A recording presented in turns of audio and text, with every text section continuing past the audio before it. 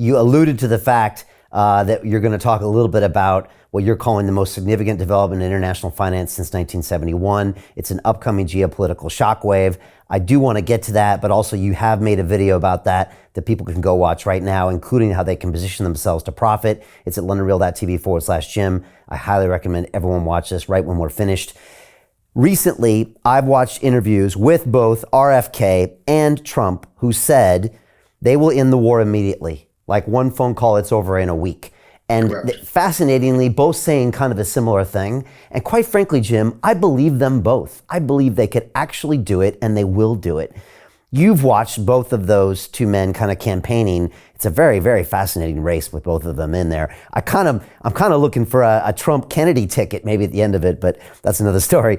Talk to me about what they're saying. Could it be done? And what do you make of those candidates right now? Well, first of all, I find both of them intriguing. Trump's, better known when he was president, but RFK is not exactly, the Kennedy name is not exactly unknown. I mean, I'll go back to the first election I could vote in was 1972, because at the time the voting age was 21 years old.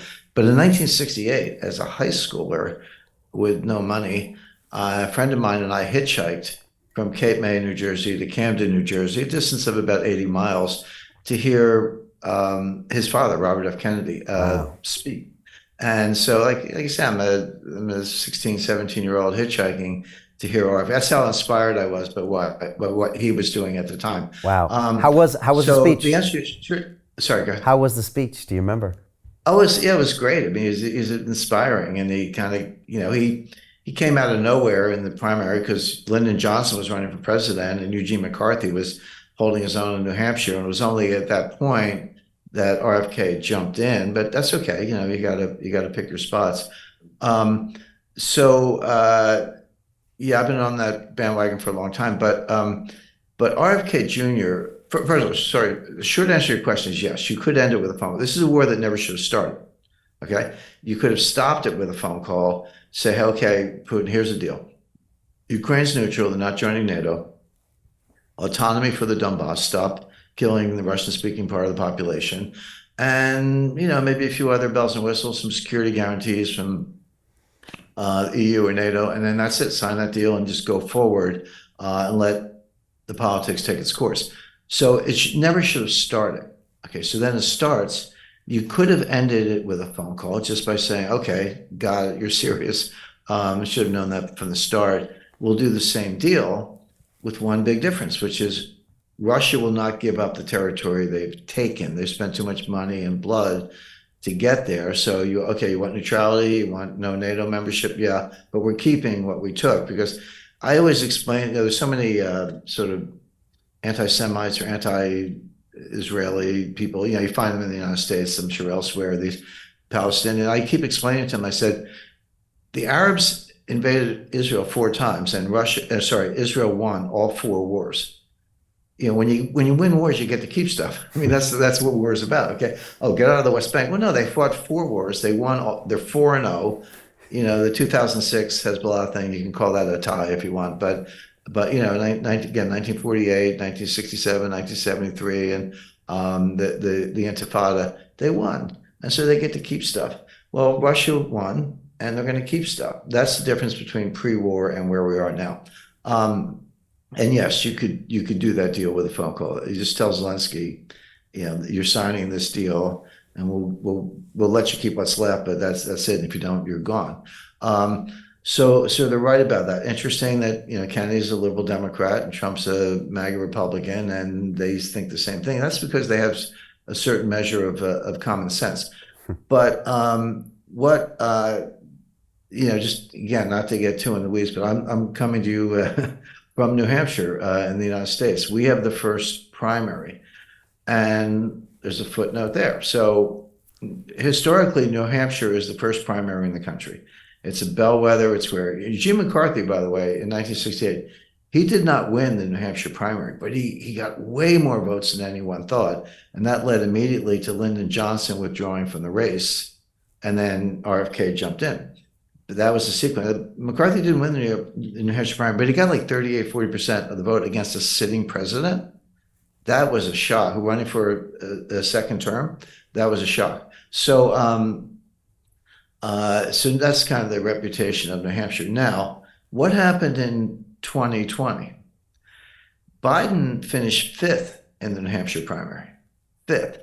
He slumped out of town. He was written off by the media. Okay, he's done. Let's look at Elizabeth Warren, Bernie Sanders, Amy Klobuchar. They were the people who finished ahead of Biden in the New Hampshire primary. What happened next? Well, the next primary is South Carolina, which is about 50-50 Republican Democrat. But if you take the 50% Democrat, that's about 80% African American.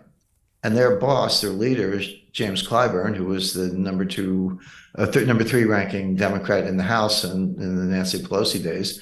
And he was going to steer that whole state to Biden because the Democrats were scared to death that Bernie Sanders was going to be the nominee, and he was ahead at that point. So yeah, we got to flip this to Biden. We don't want Elizabeth Warren; she's nuts. So, but they had to get everyone else out of the way. So the phone calls were made. What happened the day or two before the South Carolina primary? Amy Klobuchar dropped out. Pete Buttigieg dropped out. I think Elizabeth Warren hung on for a few more days, but then she dropped out. Clyburn delivers the South Carolina Democrats to Biden. Biden wins the South Carolina primary after finishing fifth in New Hampshire. And the rest is history. He goes, and Sanders dropped out a few weeks later, and Biden becomes the nominee. So about 6 or 7 months ago, the Democratic National Committee says, well, we're going to change the primary calendar. We're going to say South Carolina goes first. Oh, no kidding. So that's a slam dunk for Biden. They don't want Biden to run in New Hampshire because he's like a sitting president running for re-election, and he might not win, or at least he might be Lyndon Johnson win, but not by enough votes. What they didn't seem to understand is that New Hampshire's status as the first primary state is a state statute. It has nothing to do with the Democratic National Committee or anything else. And again, here in New Hampshire, we have a Republican governor, and both houses of the state legislature are Republican controlled. So they're kind of looking at the DNC. We don't care what you say. We're going to have our primary when we have it. Now, if your guy doesn't want to run, that's up to him. But RFK Jr. says, I'm getting to the point here. RFK Jr. has said, I'm definitely running in the New Hampshire primary. My path to the nomination starts in New Hampshire. So now you've got this awful conundrum for the Biden people. It's like, oh, do we blow off New Hampshire? Well, how does that play out in the general election? You know, it comes down to a couple of votes. New Hampshire's got 3 electoral votes. It's not a lot, but if we're the difference, you know, you've alienated everyone in New Hampshire. How does that look? If you're running for president, you won't run in a primary. So RFK Jr. could win the New Hampshire primary.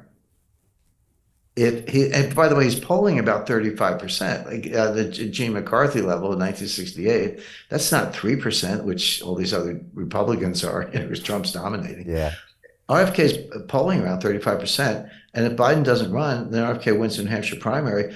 I defy the U.S. corrupt media to ignore that. I mean, they might try, but then they're just lackeys of the DNC. So it's going to be a crazy year. And I would start there. Hey, it's Brian Rose, founder of the DeFi Academy. I've told you my 4-week crypto bootcamp is amazing, but don't take my word for it. This is what my students are saying. The DeFi Academy was an amazing experience for me. It took me totally out of my comfort zone. In this course, I was challenged, I was held accountable, and pushed to do things that honestly weren't always easy. It's been phenomenal, and I can't believe we're already up on our 4 weeks. It has flown by. Going through this DeFi accelerator by far was one of the best courses I've taken. You do this course, you really get into the nitty-gritty of the activities that will make you comfortable with decentralized finance. Thank you so much to Brian and everyone at London Real and the DeFi Academy for even putting together an amazing course like this. Anybody else that wants to do it, please sign up. It is well worth the money.